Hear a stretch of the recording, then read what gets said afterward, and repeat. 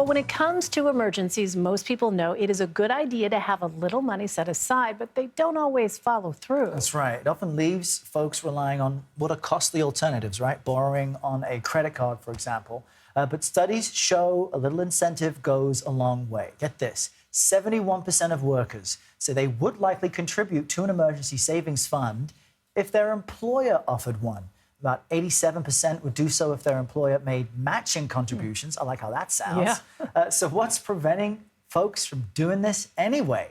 Well, Shlomo Bernartzi is a behavioral economist and the founder and CEO of Pension Plus. So what do you say? You know, most people will reference that, yes, it makes sense to save money. Sure. It's just challenging depending on how you budget. So what are the psychological barriers that prevent folks from doing what's necessary here? You know, one of the difficulties is just that it's difficult to start saving for emergencies. You have to know where to open an account, what kind of an account, and there's always other things in the way.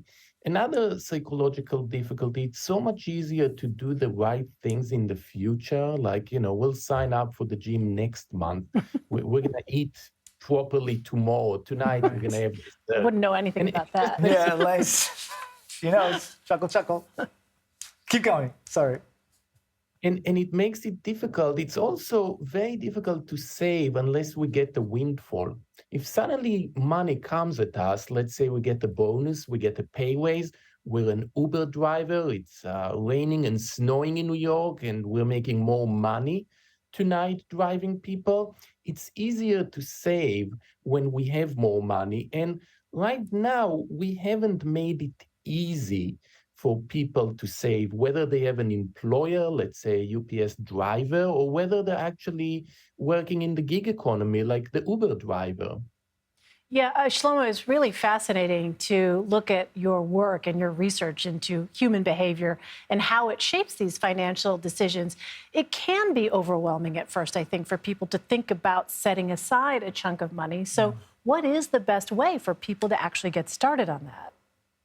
So you see, you mentioned a chunk of money, like maybe $150 a month. And that tends to be actually very difficult for people.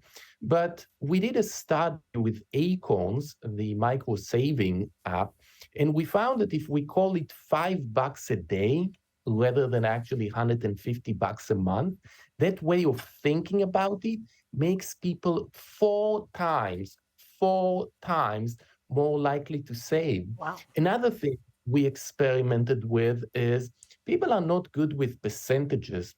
So if we tell people to save maybe a couple of pennies for every dollar they make, they find it easier to save than talking about percentages and decimal points and things of that flavor. All right. It is fascinating, again, to hear all of these things that maybe we can kind of get past those psychological barriers. And $5 a day, that sounds doable. Sounds doable. Nice Sounds phrase. doable. Shlomo Bernartzi, thank you so much for sharing your perspective with us. Really good information. We appreciate it. Thank you.